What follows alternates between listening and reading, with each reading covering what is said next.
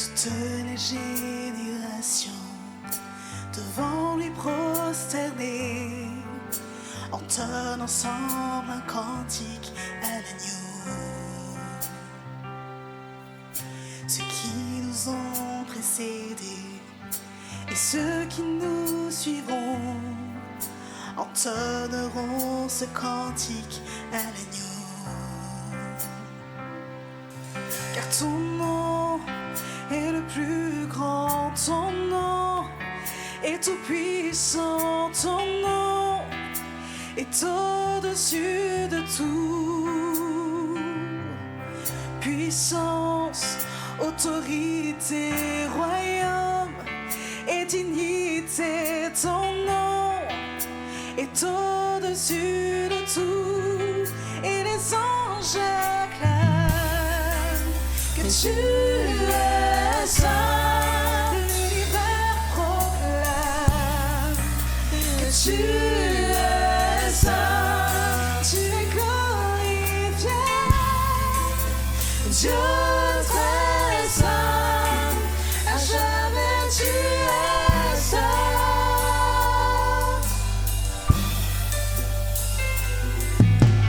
Vous qui l'a pardonné, vous qui l'a racheté, venez chanter ce cantique à l'agneau. Vous qui l'a libéré, vous qui portez son nom, venez chanter ce cantique à l'agneau. Nos voix résonnent pour l'éternité, et les anges acclament. Tu es saint, l'univers proclame. Tu es saint, tu es glorifié, Dieu très saint. À jamais tu es saint. Tout ton peuple crie. Tu es saint, toi le roi des rois. Tu es saint, Dieu d'éternité. Tu es saint, à jamais tu es saint. Chantons ton nom. Ton nom est le plus grand, ton nom est tout puissant, ton nom est au-dessus de tout. Puissance, autorité, royaume et dignité, ton nom est au-dessus de tout. Chantons ton nom est le plus grand, ton nom est tout puissant, ton nom est au-dessus de tout. Chantons puissance, autorité, royaume et dignité, ton nom est au-dessus de tout. Et les anges acclament. Et tu es saint, l'univers proclame. Et tu es saint, tu es glorifié, Dieu très saint. À jamais tu es saint. Tout ton peuple crie. Tu es saint, toi le roi des rois. Tu es saint, Dieu d'éternité. Tu es saint, à jamais tu es saint. Et les anges acclament. Tu es saint, l'univers proclame. Tu es saint, tu es glorifié, Dieu très saint. À à jamais tu es ça. Oui, tout ton peuple crie, et tu es ça. Oui, tu es le roi des rois, et tu es ça de l'éternité, et tu es ça, à jamais tu es ça. De l'éternité, tu es ça, à jamais tu es ça. Et de l'éternité, tu es ça, à jamais tu es ça. Je lève les yeux vers les hauts sommets. Toi seul est mon Dieu. Toi seul est mon Dieu. Je proclamerai. Je lève les yeux vers les hauts sommets. Je lève les yeux vers les hauts sommets. Toi seul est mon Dieu. Je proclamerai. Je lève les yeux. Je lève les yeux vers les hauts sommets. Toi seul est mon Dieu. Je proclamerai. Toi seul est ma force. Toi seul est ma force. Toi seul me restaure mon secours est en toi. Toujours à tes côtés. Toujours, tu me portes jamais. Tu ne donnes mon secours est en toi. Alors proclamons-le ensemble. Toi seul est ma force. Toi seul est ma force. Toi seul me restaure mon secours est en toi. Toujours tu me portes, Seigneur, et jamais tu ne me lâches. Toujours tu me portes jamais. Tu ne donnes mon secours est en toi. Je veux vous entendre chanter. Je lève les yeux. Je lève les yeux vers les hauts sommets. Vers les hauts sommets. Toi seul est mon Dieu. Je proclamerai. Je proclamerai.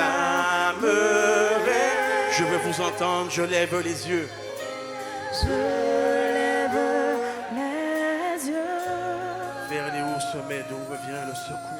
vers les hauts sommets. Que le peuple de Dieu chante sa louange. Toi seul est mon Dieu.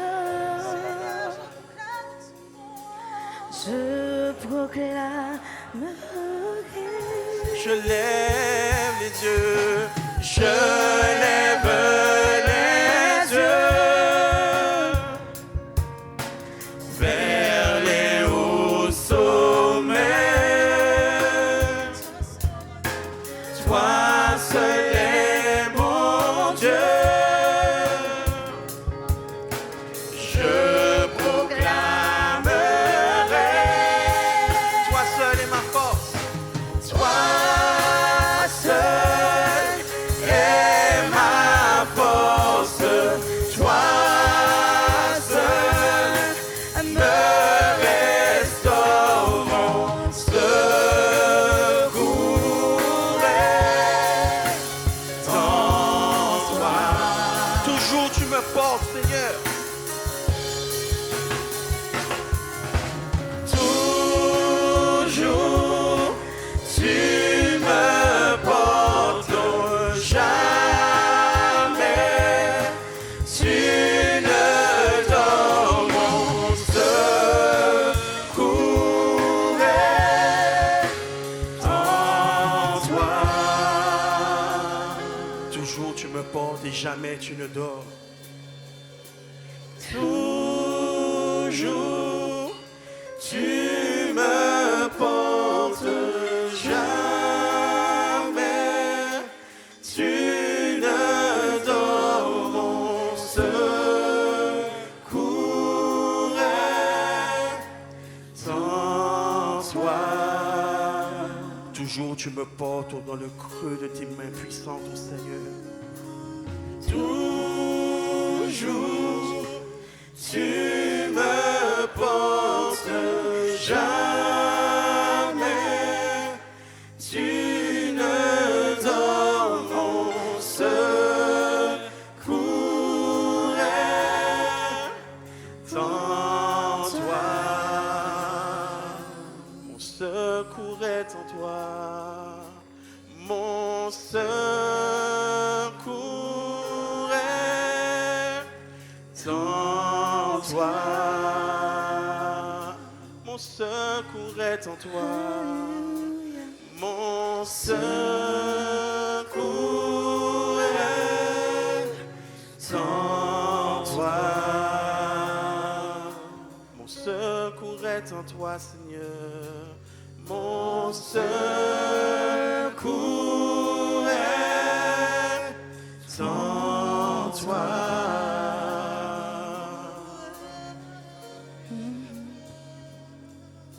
Ma vie n'est plus à moi, je t'appartiens, Seigneur.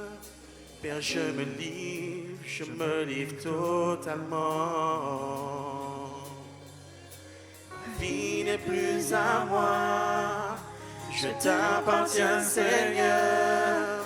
Père, je me livre totalement. Ma vie n'est plus à moi, je t'appartiens, Seigneur. Père, je me livre totalement. Ma vie n'est plus à moi, je t'appartiens, Seigneur. Père, je me livre totalement. Entournons ensemble, ma vie n'est plus à moi. Ma vie n'est plus à moi, je t'appartiens, Seigneur. Père, je me livre totalement. Ma vie n'est plus à moi. Ma vie n'est plus à moi, je t'appartiens, Seigneur. Père, je me livre totalement. Je me livre totalement. Je me livre totalement. Tu peux m'utiliser. Je me livre totalement. À toi, Seigneur, je me livre. Je me livre totalement. Tu peux m'utiliser. Je me livre totalement. Père, oui, je me livre. Je me livre totalement. Tu totalement. Seigneur, oui, je me livre. Je me livre totalement. Tu peux m'utiliser.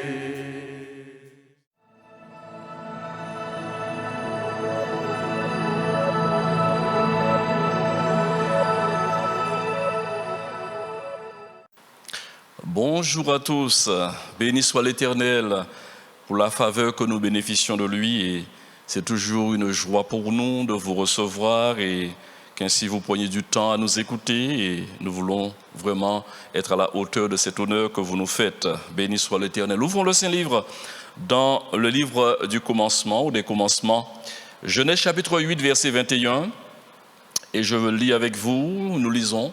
L'Éternel sentit une odeur agréable et l'Éternel dit en son cœur, je ne maudirai plus la terre à cause de l'homme, parce que les pensées du cœur de l'homme sont mauvaises dès sa jeunesse, et je ne frapperai plus tout ce qui est vivant comme je l'ai fait. Je ne maudirai plus la terre, dit-il, et je ne frapperai plus tout ce qui est vivant comme je l'ai fait.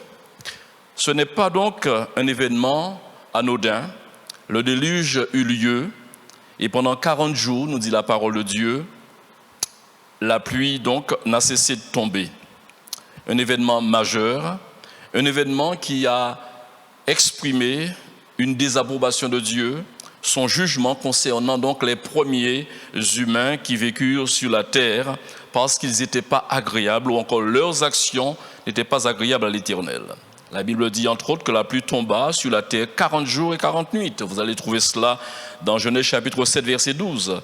Également Genèse 7, 17 vous dit le déluge fut 40 jours sur la terre, les eaux crurent et soulevèrent l'arche et elle s'éleva au-dessus de la terre. Et dans Genèse 8, 6 vous trouvez cela. Au bout de 40 jours, Noé ouvrit la fenêtre qu'il avait faite à l'arche. Donc ce fut un temps de confinement, un temps particulier, et après donc la délivrance est arrivée. Mais soulignons que Dieu dit, je ne maudirai plus la terre et je ne frapperai plus tout ce qui est vivant comme je l'ai fait. J'aimerais que nous parlions de l'engagement et particulièrement d'un engagement venant de Dieu, l'engagement ou encore engagement sacré. Engagement sacré. L'amour est actif et démonstratif, le propre même de notre Créateur fut et est et demeure toujours un engagement envers nous et pour nous. D'ailleurs, à partir du déluge, il faut souligner que 8 seulement, selon la parole de Dieu, furent sauvés. Ce sont ces 8-là qui ont eu l'approbation de Dieu, qui ont été agréables à Dieu. Noé est mentionné, mais le reste, les 7 autres faisant partie de sa famille. Et c'est à partir de ces 8-là que le repeuplement se fera progressivement. Et dans Exode, nous trouvons cette parole de l'Éternel au chapitre 6, verset 8. Dieu dit, comme pour revenir à une de ses promesses faites aux patriarches, je vous ferai entrer dans le pays que j'ai juré, dit-il, de donner à Abraham, à Isaac et à Jacob. Je vous le donnerai en possession, moi l'Éternel.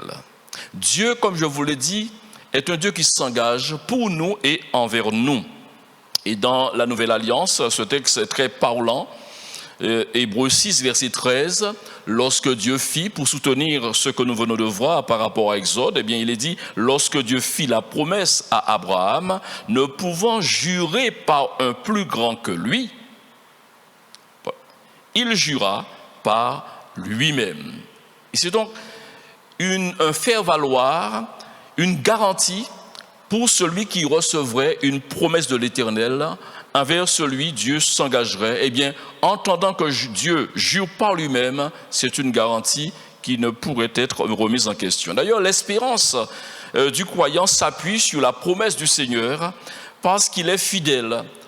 Vous savez que l'homme peut faillir, l'homme à un moment donné peut être faillible, mais la Bible nous dit que ce que sa bouche dit, en parlant de Dieu bien sûr, ce que sa bouche dit, sa main l'accomplit. Avez-vous déjà entendu cette expression « sans faute » lorsque nous parlons avec l'autre Et voulant lui donner cette garantie, on dit sans faute, demain sans faute, t'inquiète, je suis à la première heure devant ta porte, ou demain sans faute, je t'emmène telle chose, mais on aime à conclure notre phrase comme pour sceller notre bon vouloir, pour exprimer, je dirais, notre côté volontaire, et bien sans faute. Eh bien voyez-vous, à certains moments, cela peut être dénudé de sens pour certains d'entre nous, parce que nous sommes tous quelque part dans une personne ou d'une manière, nous sommes des personnes, permettez-moi, excusez-moi, nous sommes des personnes, je dirais, faillibles, je viens de le dire.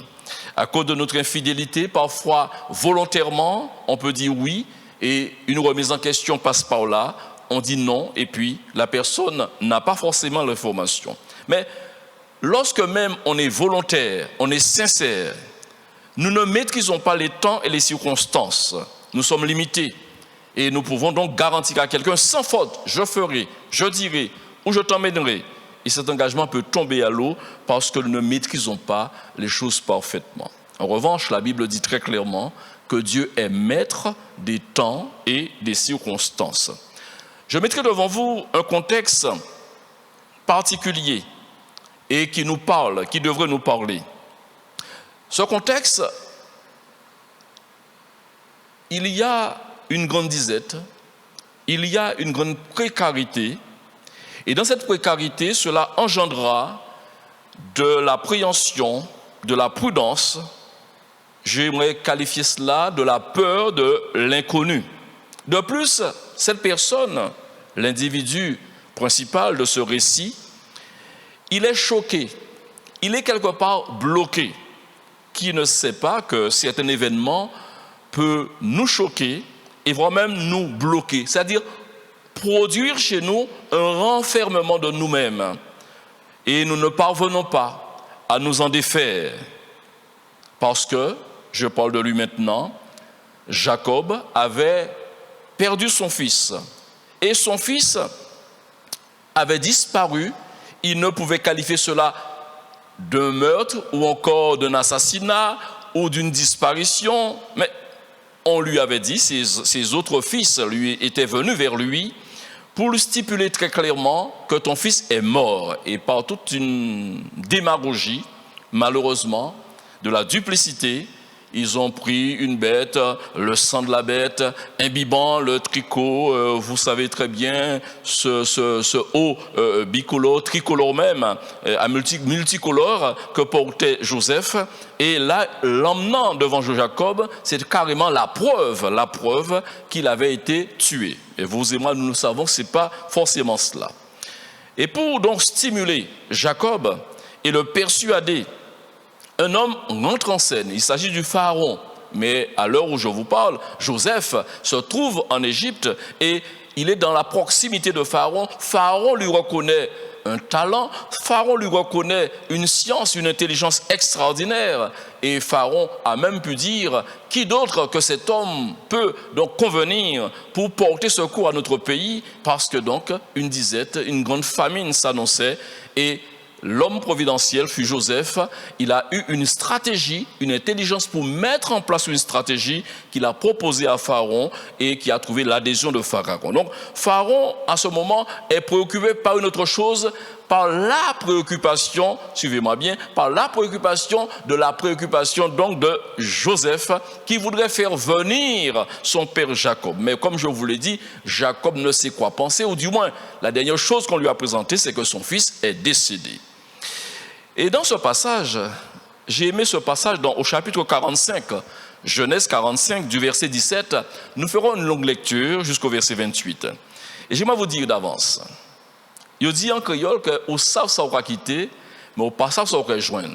Comme pour dire, on a toujours une grande appréhension de quitter sa zone de confort pour aller vers l'inconnu. Commençons la lecture. Pharaon dit à Joseph, dis à tes frères, faites ceci, chargez vos bêtes et partez pour le pays de Canaan. Prenez votre père et vos familles et venez auprès de moi. Je vous donnerai ce qu'il y a de meilleur au pays d'Égypte et vous mangerez la graisse du pays. Tu as ordre de leur dire, faites ceci, Prenez dans le pays d'Égypte des chars pour vos enfants et pour vos femmes. Amenez donc vos pères et venez. Et regardez ce que dit Pharaon. Cela a attiré mon attention. Ne regrettez point ce que vous laisserez. En sortie des autres, ou savent ça quoi quitter, bon pour ça se rejoindre. Ne regrettez point ce que vous laisserez, et dit-il, car ce qu'il y a de meilleur dans tout le pays d'Égypte sera pour vous. N'est-ce pas une belle promesse pour enlever toute appréhension et pour faire germer la confiance dans le cœur de quelqu'un? Et les fils d'Israël, verset 21, firent ainsi. Joseph leur donna des chars selon l'ordre de Pharaon. Il leur donna aussi des provisions pour la route. Il leur donna à tous des vêtements de rechange. Et il donna à Benjamin 300 cycles d'argent et 5 vêtements de rechange. Il envoya à son père 10 ânes chargés de ce qu'il y avait, écoutez bien, de meilleur en Égypte. C'est comme une annonce par rapport à ce qu'ils allaient trouver en Égypte. Et 10 ânes chargés de blé, de pain, de vivres pour son père pendant le voyage. Puis il congédia ses frères qui partirent, il leur dit, ne vous querellez pas en chemin. Je connais tout tellement bien.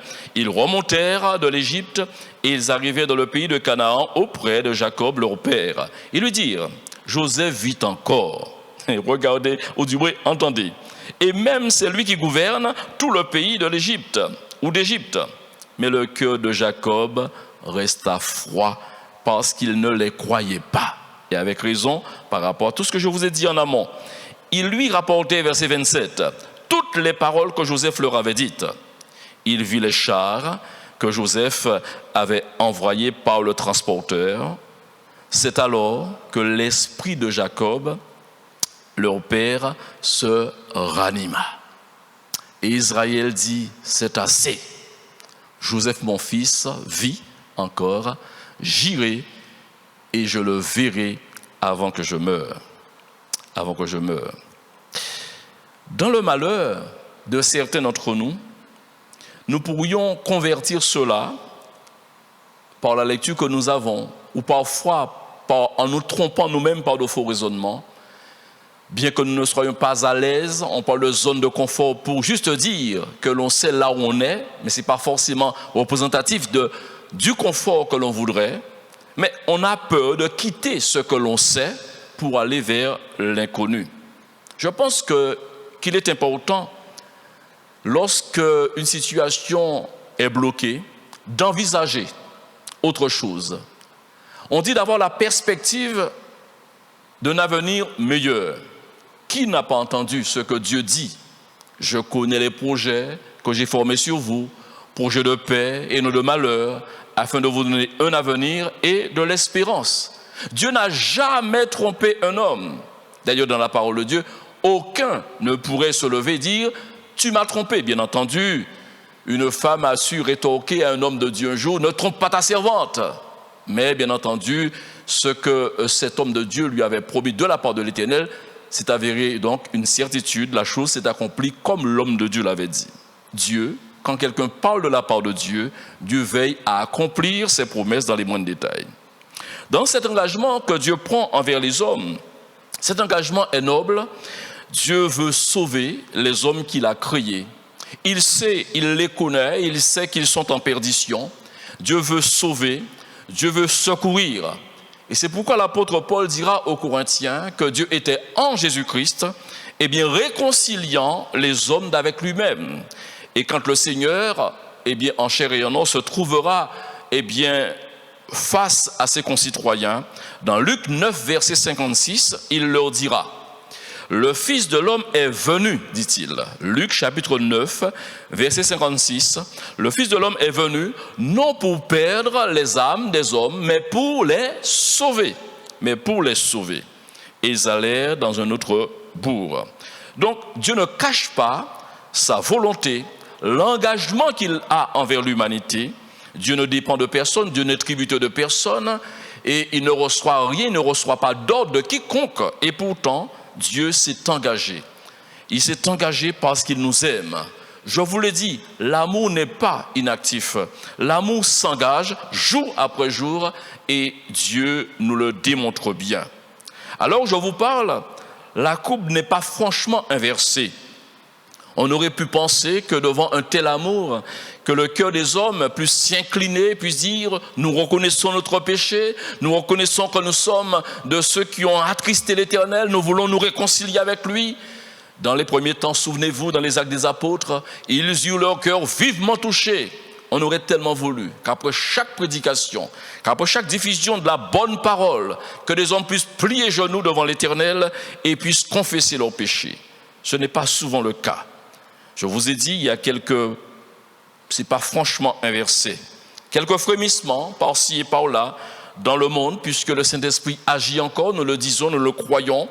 Et puisque le Saint-Esprit agit et convainquant encore les cœurs de péché, de justice et de jugement, des hommes se repentent, ci et là. On parle même de réveil spirituel dans certains continents. Béni soit Dieu parce que Dieu est vivant, le ressuscité est encore à l'œuvre, alors rien n'est étonnant.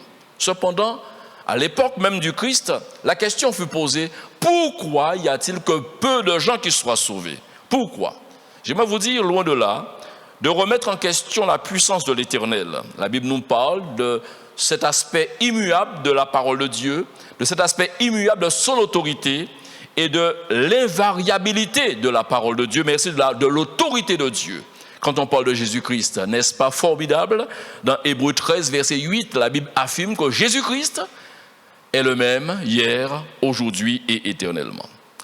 Paul exhortait face à cette hostilité des uns et des autres, et depuis l'apôtre Paul, depuis Timothée, depuis leur époque, regardez ce que Paul disait donc à Timothée dans 2 Timothée chapitre 4 et le verset 2.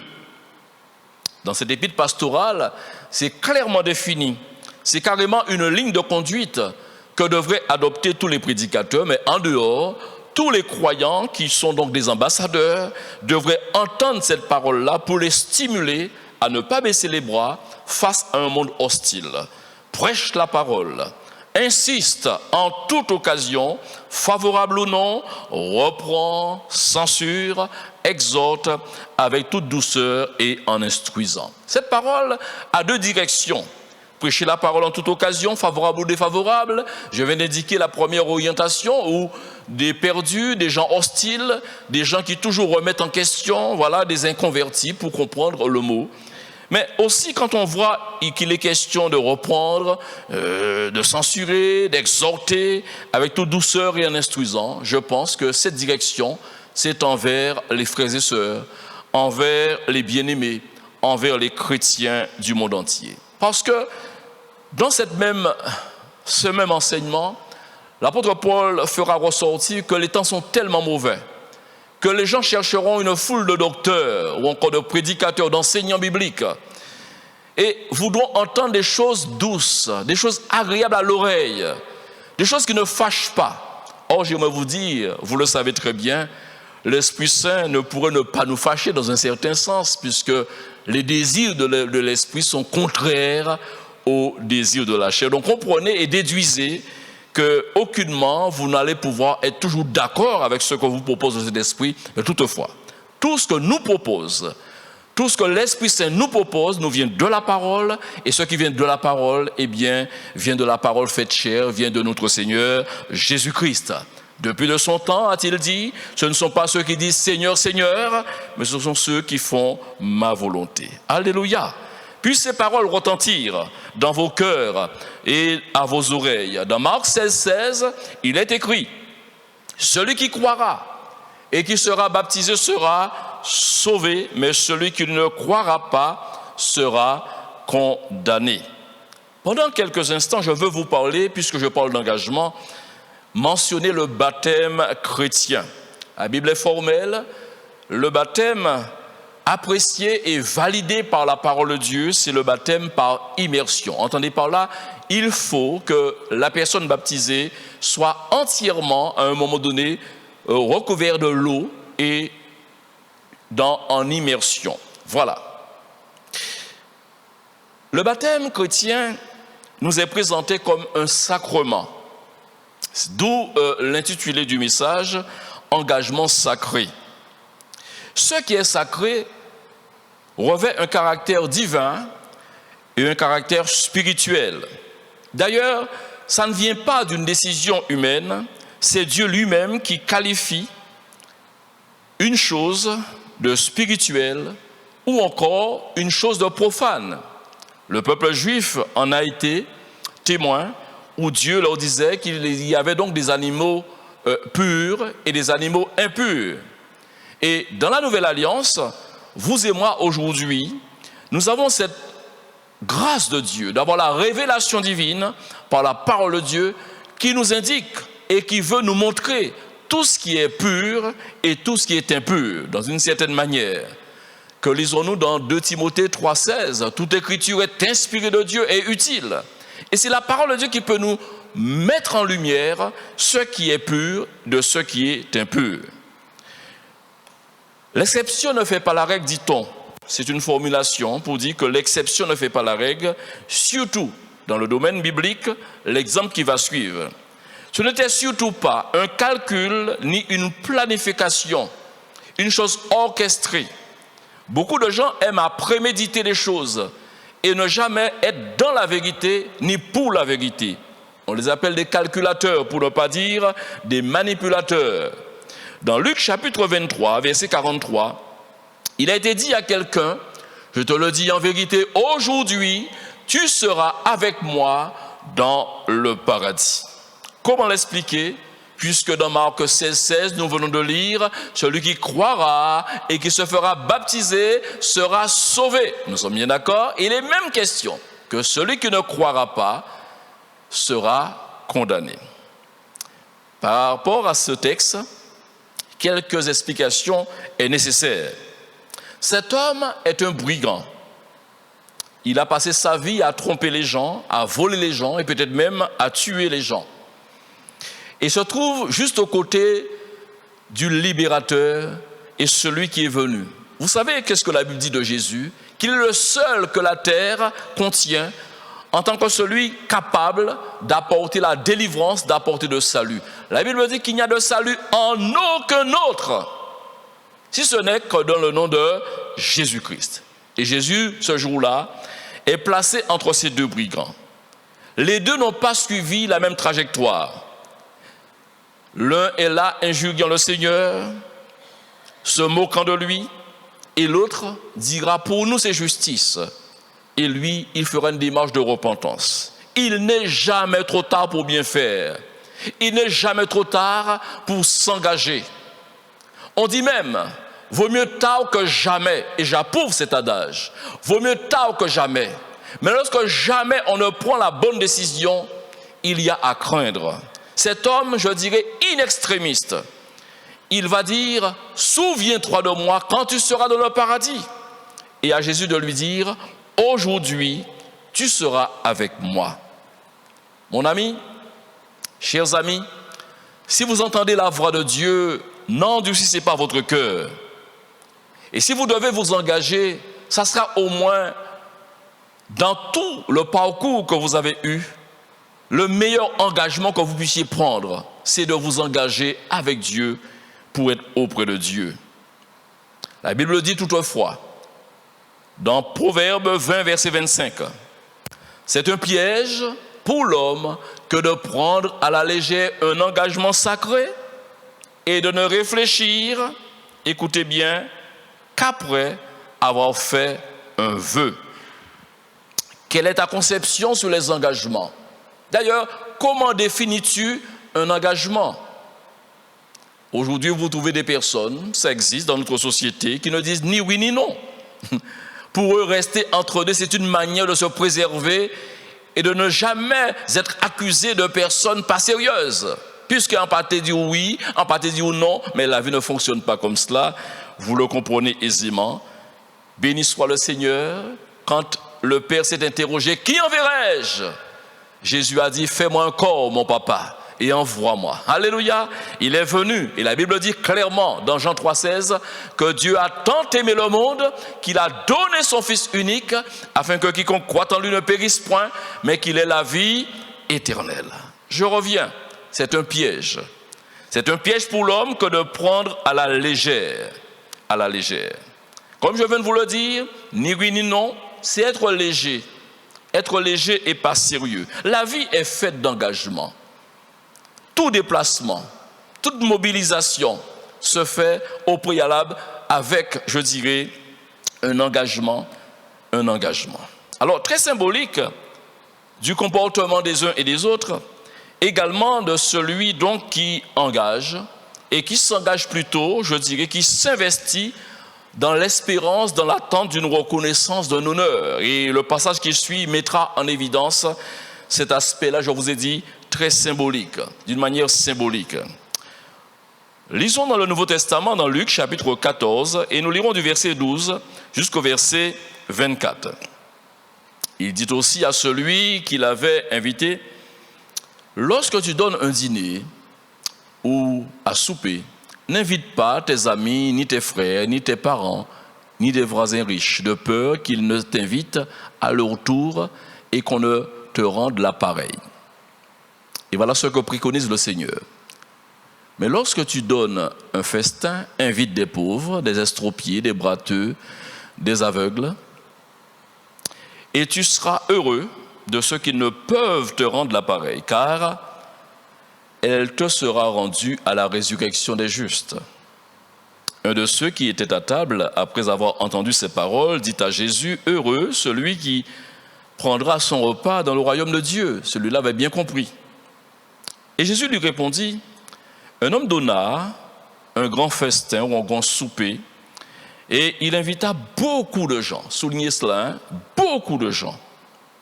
À l'heure du souper, il envoya son serviteur dire aux conviés, aux invités, « Venez car tout est déjà prêt. » Mais tous unanimement se mirent à s'excuser.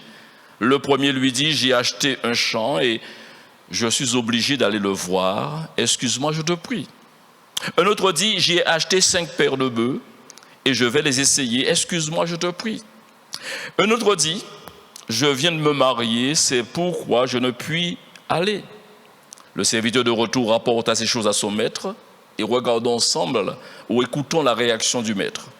Alors le maître de la maison, irrité, dit à son serviteur, « Va promptement dans les places et dans les rues de la ville et amène ici les pauvres, les estropiés, les aveugles et les boiteux. » Le serviteur dit, « Maître, ce que tu as ordonné a été fait et il y a encore de la place. » Ne perdez pas de vue qu'il avait été invité beaucoup de gens.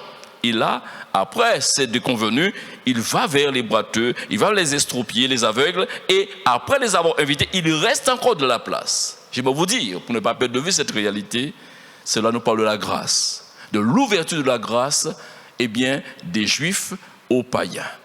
Il y a de la place. Si quelqu'un se disant en lui-même, je reconnais être venu trop tard, ou il n'y aurait peut-être pas de place pour moi, je préfère pas frapper à la porte du Seigneur.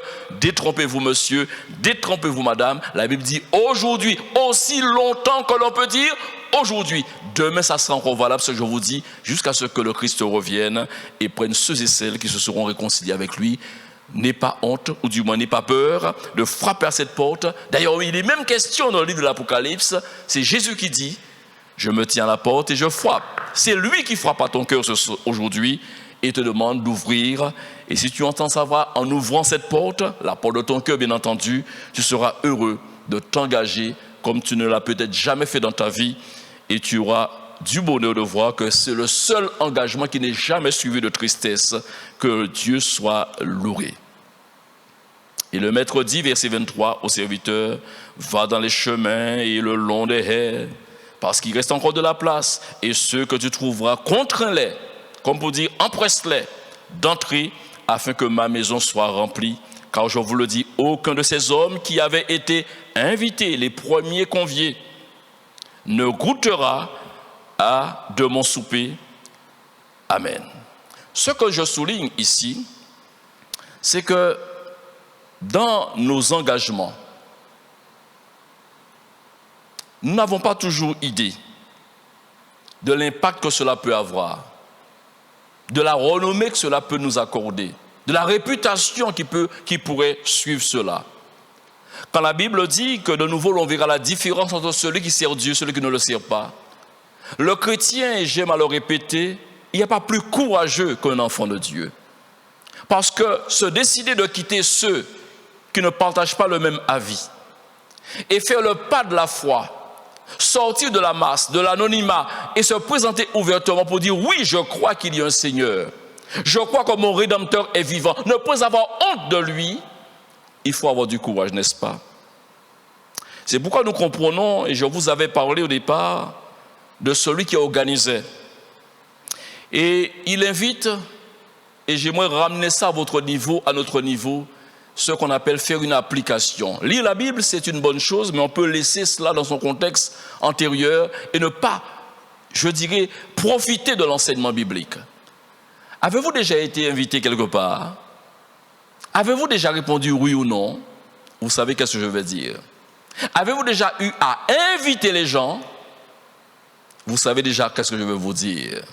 Et est-ce que les gens ont répondu ou n'ont-ils pas répondu? J'aimerais vous dire encore, vous savez qu'est-ce que je veux vous dire. Celui qui est invité a connu une grande frustration, une grande déception. Les mots signifiés ici, frustration, déception, sont faibles parce que la Bible dit qu'il fut irrité lorsque le serviteur qui était chargé d'aller inviter les gens est revenu pour dire, permettez le mot que je vais employer maintenant, avec des excuses bidons. Des gens qui, écoutez bien, et je souligne quelque chose, le repas est déjà prêt, la table est mise, le couvert est là, est placé, tout est prêt. Donc ces gens qui répondent que je ne peux pas, qui cherchent des excuses bidons, ces gens savaient déjà qu'ils n'allaient pas pouvoir. Pourquoi n'ont-ils pas pris le temps d'aviser, d'avertir celui qui les avait invités pour dire je ne peux pas? À qui cela n'est-il pas jamais arrivé? Il est arrivé que parfois nous ne pouvons honorer, nous ne pouvons répondre à une invitation, mais le bon savoir-vivre, je dis le bon savoir-vivre, je dis même pas le savoir-vivant, le bon savoir-vivre voudrait que ça a été voulu pour, c'est ça pour faire note. Ou préparer tout manger, ou qu'attendre, et en plein 11h30, qui vient dire, mignon excuse, mais ça n'est pas acceptable. Je ne voudrais pas être excessif, mais je vais vous dire, c'est considéré comme un mépris. Tous unanimement se mirent à s'excuser. Tous, nous dit la Bible. Et il répondit, un homme donna un grand souper. Il invita beaucoup de gens. Je l'ai souligné avec vous. Et c'est à l'heure du souper, il envoya chercher. Je le précise parce que c'est marquant et ça peut faire mal. Peut-être que cela vous est déjà arrivé, mais enlevons cela à notre échelle et regardons ce que Dieu a fait. La Bible nous dit, je reprends dans Jean 3,16 l'idée et le message véhiculé. Dieu nous a tellement aimés qu'il a envoyé son Fils unique. Le Fils unique est venu pour accomplir une œuvre rédemptrice, pour donner la possibilité à tout un chacun d'entre nous de nous réconcilier avec Dieu. Avec cette promesse extraordinaire que tous les croyants connaissent. Jean 14, vous lirez cela chez vous. Jean 14, où Jésus dit qu'il va nous préparer une place et quand elle sera prête, Jésus reviendra pour que là où il est, nous y soyons aussi. Pour que le festin, alléluia, ait lieu. Et les premiers invités crachent sous l'invitation, je vous l'ai dit sans être excessif, méprisent l'invitation. Et bien entendu, au verset final, il a été question que ces personnes n'entreront pas. Je ne vous souhaite pas d'être de ceux qui n'entreront pas, mais je vous souhaite d'honorer l'invitation du Seigneur. L'homme de Dieu souligne la patience qu'a eue l'Éternel. Cette patience, l'apôtre Pierre, enseignant l'Église persécutée, fera allusion justement à cette période de Noé, à ce déluge qui eut lieu. Et il parle de la construction de l'arche. Et dans 1 Pierre chapitre 3 verset 21, il parle de ceux qui ont été sauvés au travers de l'eau. Et tout de suite, il veut donc souligner, démontrer que l'eau en question était très symbolique. Cette eau était, dit-il, une figure du baptême. Nous sommes toujours dans ce thème engagement sacré. Cette eau était une figure du baptême qui n'est pas la purification des péchés, des souillures du corps, mais l'engagement. Je m'arrête ici pour faire entendre à qui voudrait l'entendre. Certaines personnes se sont précipitées pour se faire baptiser, mais n'ont pas respecté les paliers. Jésus n'a jamais dit dans son premier message, baptisez-vous, mais il a dit au contraire, repentez-vous, car le royaume de Dieu est proche. Je veux tout de suite vous dire, si vous devez vous faire baptiser, c'est une belle décision, c'est un bel engagement. Cependant, il faut que cet engagement soit précédé d'une repentance. Sinon, cela ne sera qu'un bain. Et certains ont été vers ce bain, permettez l'expression, dans l'idée, une idée quelque part superstitieuse. Lorsque je passerai par cette eau, je veux être purifié de mes péchés. Je veux me laver de ma culpabilité. J'ai fait tellement de choses mauvaises dans ma vie. Et ce baptême-là, j'en ai besoin, pasteur. Baptisez-moi et je serai pur. Le baptême en lui-même, passer par les eaux du baptême, n'enlève aucun péché, ne purifie aucun péché. Mais c'est la force, l'idée, ou du moins la conception que l'on a du baptême, et la suite est donnée, je ne vous fais pas plus attendre. Il est dit, mais je relis, cette eau était une figure du baptême, cette eau était une figure du baptême qui n'est pas la purification des souillures du corps, mais l'engagement d'une bonne conscience envers Dieu, et qui maintenant vous sauve, vous aussi, par la résurrection de Jésus-Christ. Les rachetés qui ont fait l'expérience de se faire baptiser ont tous eu une maturité d'âge, ont tous eu une maturité d'esprit et se sont engagés, je dirais, âme et conscience, en âme et conscience, à suivre Dieu. La Bible est claire, Jésus un jour a dit, si quelqu'un veut me suivre, qu'il renonce à lui-même et qu'il se charge chaque jour de sa croix. Vous comprenez, ce n'est pas réservé aux enfants. Et Jésus lui-même laisse son exemple. Oui, le Seigneur lui-même, n'ayant pas besoin de se faire baptiser, lui viendra vers Jean-Baptiste et dira à Jean-Baptiste, il est bon que nous accomplissions tout ce qui est convenable. Il faut que nous accomplissions ce qui est convenable, et il va se faire baptiser. Ce jour-là, le miracle eut lieu, le ciel s'ouvrit et une colombe est descendue. Bien-aimés, chers amis, le miracle eut lieu, comme pour approuver le fait de s'engager par les eaux du baptême, après s'être converti, après s'être repenti, converti, et on peut passer par les eaux du baptême. Ce fut l'expérience de plusieurs dans la parole de Dieu, mais j'ai souligné l'Éthiopien qui a posé la question à son accompagnateur, qui Philippe l'évangéliste était là, dans Acte 8, versets 36 et 37, regardez ce qui suit. Une question qu'il va poser. Comme ils continuaient leur chemin, ils rencontrèrent de l'eau, et l'eunuque dit, voici de l'eau, qu'est-ce qui empêche que je sois baptisé? Qu'est-ce qui empêche? Vous avez eu déjà la réponse avant la question. Ce qui peut empêcher, c'est que vos cœurs ou ton cœur ne soit pas repentant, que tu n'aies jamais eu une expérience de conversion. Je ne t'encouragerai pas à prendre un bain. Je ne t'encouragerai pas à aller vers le baptême, ça ne servirait à rien. Je dois te dire la vérité. Donc, qu'est-ce qui empêche? Et la réponse au verset 37, si tu crois. Alléluia. Si tu crois de tout ton cœur, cela est possible. Le baptême est possible pour quiconque. Qui que tu sois, quel que soit le parcours de vie que tu as eu jusqu'à aujourd'hui, en entendant la voix de l'évangile, la bonne nouvelle, si tu te repens maintenant, si tu crois que le Seigneur peut être ton rédempteur, ton libérateur, cela est possible. Alléluia. Et l'eunuque va répondre, je crois, alléluia, je crois que Jésus-Christ est le Fils de Dieu. L'engagement, quel qu'il soit, doit être pris avec sérieux. Et comme je l'ai démontré, doit être précédé de réflexion. La Bible ne nous parle pas de réflexion comme quelqu'un qui est hésitant, non. La réflexion rentre dans le cadre de la sagesse. Il est même dit que la réflexion est une richesse, une grande richesse. Pour tous ceux et celles qui voudraient s'engager, ne vous engagez jamais sans réflexion. Il est même question de construction. Et qui ne sait qu'est-ce qu'une construction? Dans les constructions de la vie, disons dans les bâtiments que l'on doit bâtir, Jésus a dit, si quelqu'un doit bâtir, il va s'asseoir et réfléchir pour savoir s'il a de quoi terminer la construction avant même de la commencer. À plus forte raison, un engagement sacré, celui qui le fait avec légèreté, peut s'exposer à de grands dangers. Alors je vous ai dit que l'engagement, quel qu'il soit, doit être pris avec sérieux. Et en amont, je vous avais posé la question, quelle est votre conception sur la notion de l'engagement?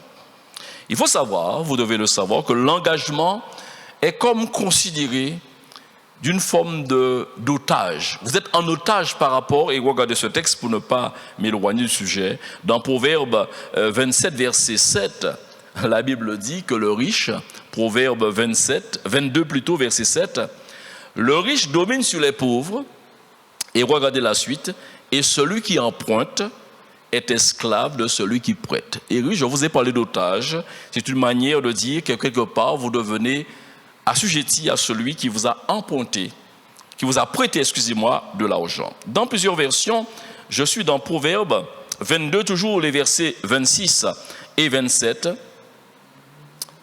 il est dit, ne sois pas parmi ceux qui prennent des engagements, parmi ceux qui cautionnent pour des dettes. Si tu n'as pas, écoutez bien, de quoi payer, pourquoi voudrais-tu qu'on enlève ton lit de dessus toi? Alors, cautionner les gens, ça ne se fait presque pas. Mais avant, il y a une quarantaine d'années en arrière, ça se faisait.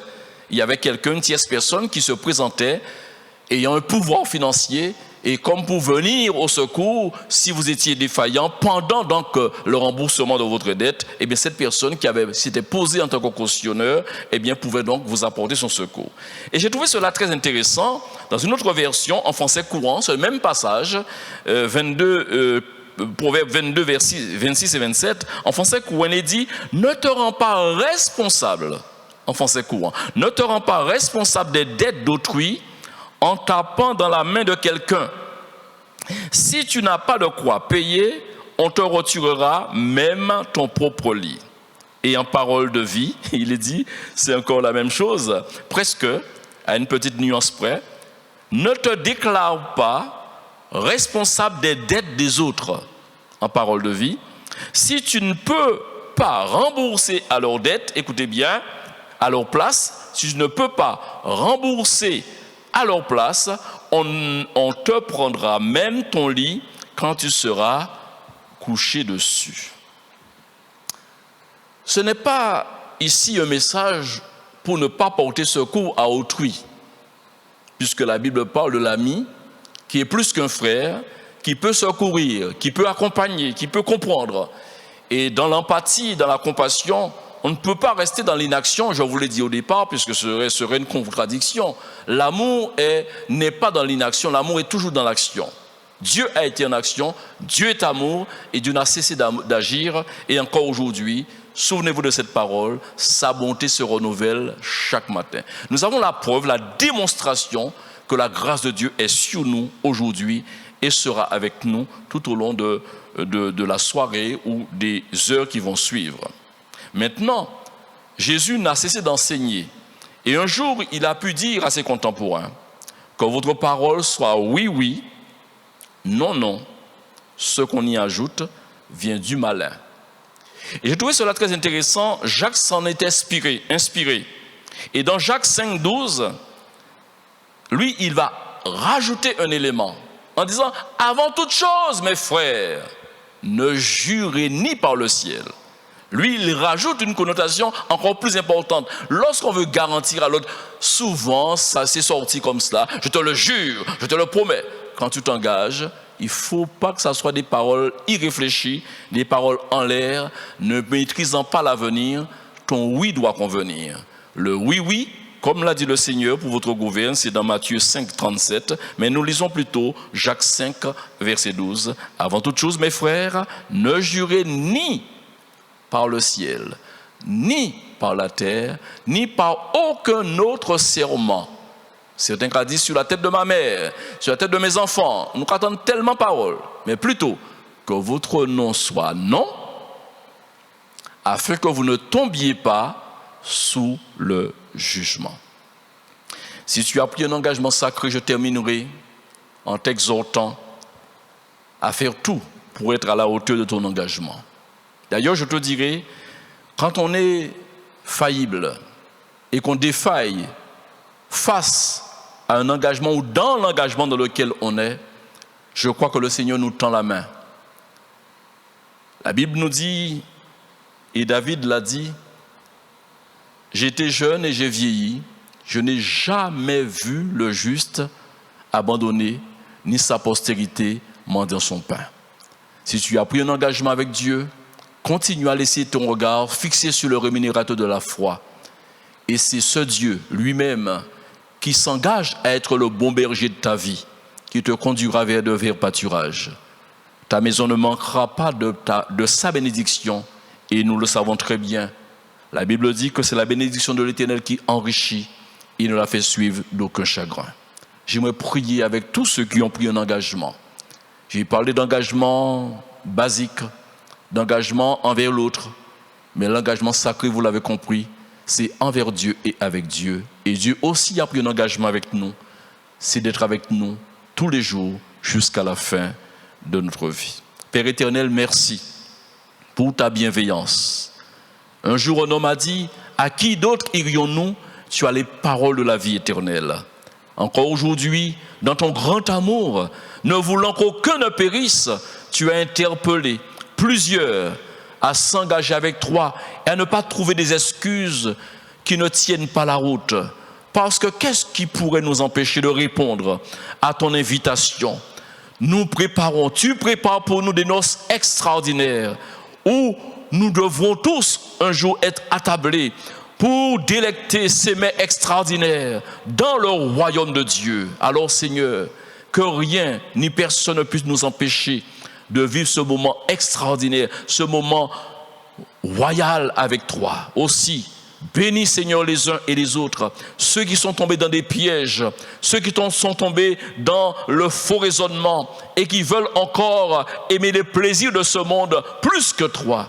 Donne-leur d'être déterminés, donne-leur de se faire violence, parce que tu l'as dit dans ta parole. Depuis le temps de Jean-Baptiste jusqu'à aujourd'hui, le royaume de Dieu est comme forcé, et ce sont les violents qui s'en emparent. Donne à notre ami, permets à cette femme, à cet homme d'être déterminant, d'être déterminé et de faire le choix de l'engagement chrétien.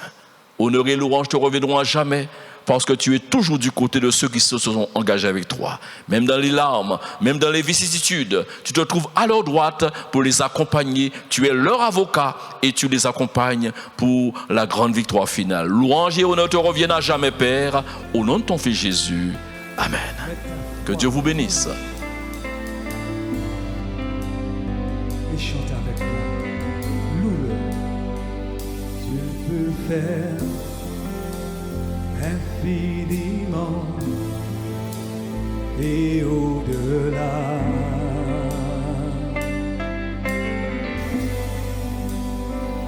Plus que tout ce que nous demandons, imaginons.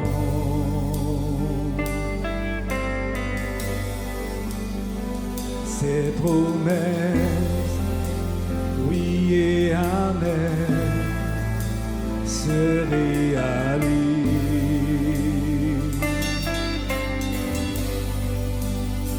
Sa parole, toujours sûre et certaine, s'accomplira.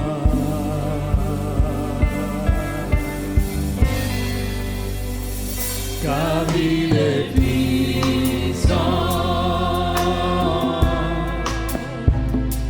Dieu est puissant, Dieu de l'impossible, je sais qu'il peut tout accomplir, il est sans limite.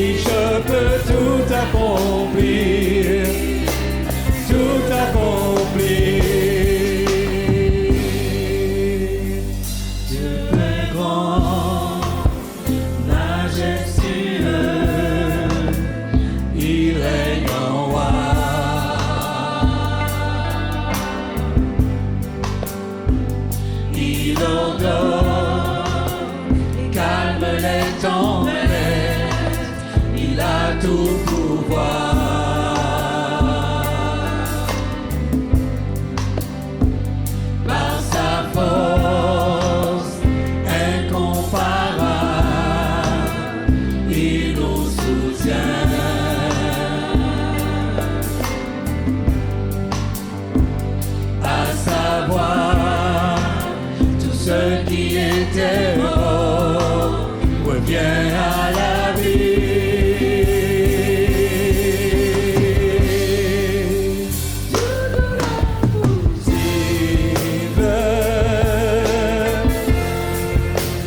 Je sais qu'il peut tout accomplir.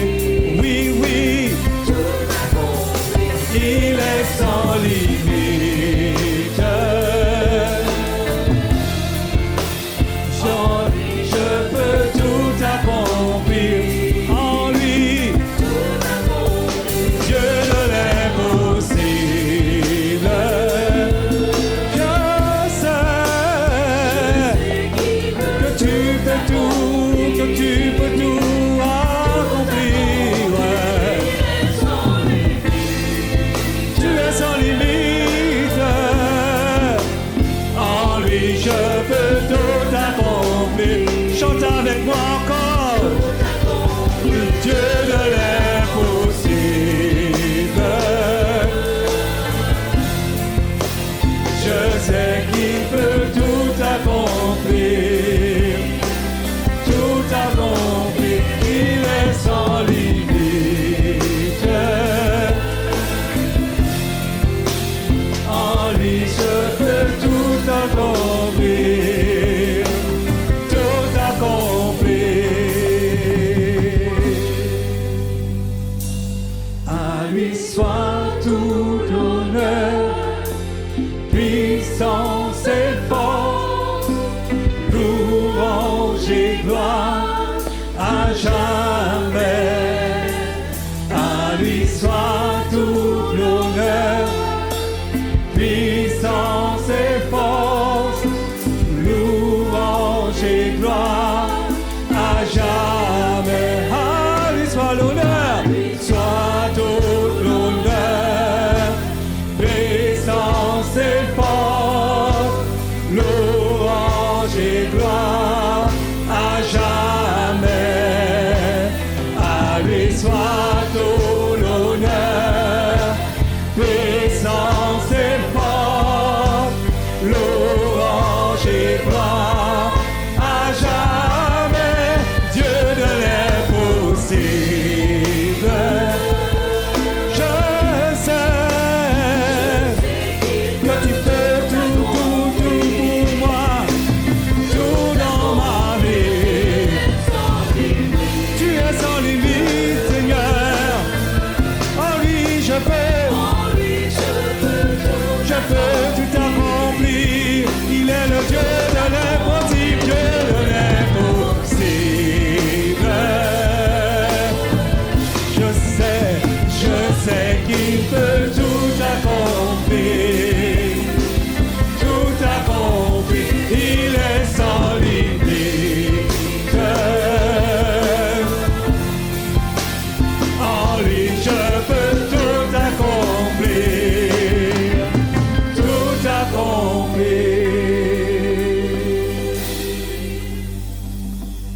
À lui soit tout l'honneur, puissance et force, louange et gloire à jamais. Sois exalté, Seigneur.